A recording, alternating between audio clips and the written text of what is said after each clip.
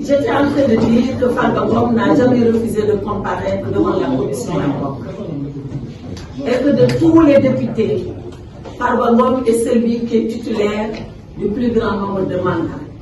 Il a été élu en 2012. Il a été réélu en 2017. Il a encore été réélu en 2022 et il a été réélu le 17 novembre dernier en 2024 par toute la région de Matam qui a donné une victoire éclatante à Takouba au Sénégal sous la férule de Farba Ngom. Donc, quand il a été convoqué, il avait la possibilité soit de venir lui-même devant la commission, soit de se faire représenter par son défenseur, collègue député que je suis, soit alors de se faire assister par ce collègue défenseur. Et à ce moment-là, c'est tous les deux que nous allions comparaître devant la commission.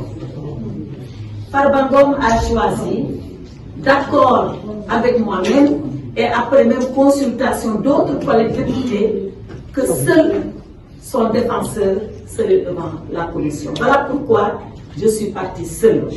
Alors pourquoi Farba Ngom n'a pas voulu y aller lui-même? Il a voulu mettre ses collègues députés à l'aise.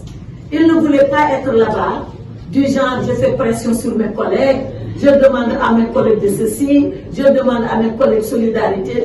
Il a dit non.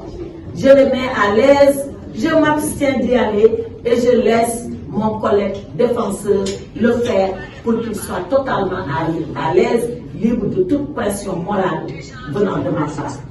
Voilà la raison pour laquelle Farba Ngom n'est pas venu, comme la loi lui en donne la possibilité.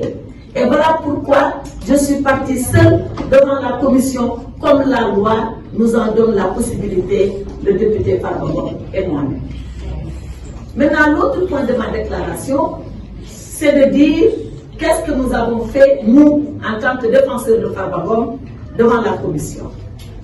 Lorsque je suis arrivée, j'ai soulevé une question préjudicielle. La question préjudicielle, c'est un problème qu'on pose avant même d'examiner le fond du dossier. C'était quoi ce problème? Ce problème, c'est que personne n'a vu le dossier de Farba Ngom. Depuis qu'on parle, on parle sur des hypothèses, on parle sur des supputations, on parle sur peut-être que, mais personne ici au Sénégal, en dehors de quelques autorités judiciaires, n'a vu le dossier de Farba Ngom. Est-ce qu'on lui reproche des coups et blessures volontaires? Est-ce qu'on lui reproche un accident de la circulation? On ne sait pas. La seule chose qu'on sait, c'est ce que le procureur a écrit. Mais qu'est-ce qu'il y a réellement dans le dossier? On ne sait pas. Je ne dis pas que ce que le procureur a écrit est faux, mais si ce qu'il a écrit est vrai, quelle est la difficulté qu'il y a à nous donner les faits? Et je dis à la commission, donnez-moi le dossier de Farba Ngom pour que nous puissions l'étudier et nous défendre. Comment on peut se défendre sans dossier? Et hier, j'ai adressé un courrier solennel au président de la mission pour lui dire, en ma qualité de défenseur, devant comparaître le lendemain, c'est-à-dire aujourd'hui, j'ai besoin de disposer des éléments de fait qui sont reprochés à Farba Ngom pour assurer sa défense. Et le président m'a répondu. Le président m'a répondu, et vous savez quoi, mesdames, messieurs les journalistes?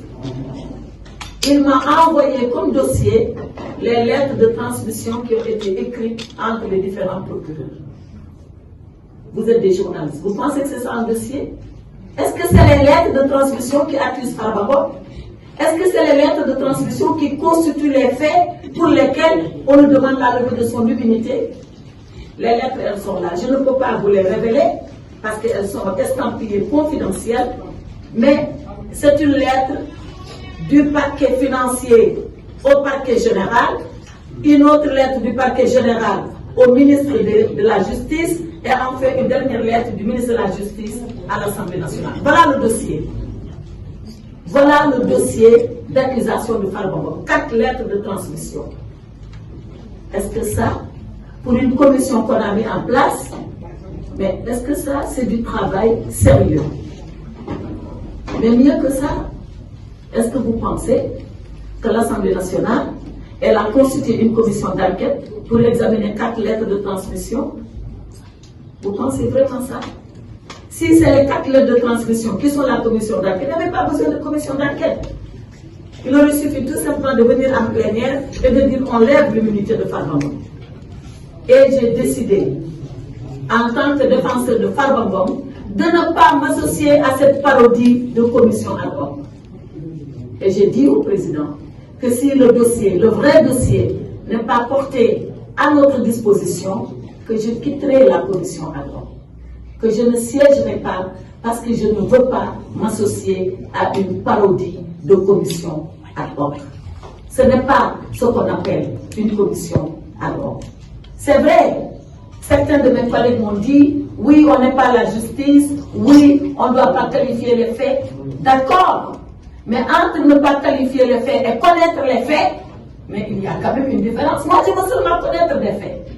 C'est vrai qu'il appartient au parquet de les viser. Il appartient à un juge de les qualifier. Mais moi, il me revient le devoir de connaître ces faits-là.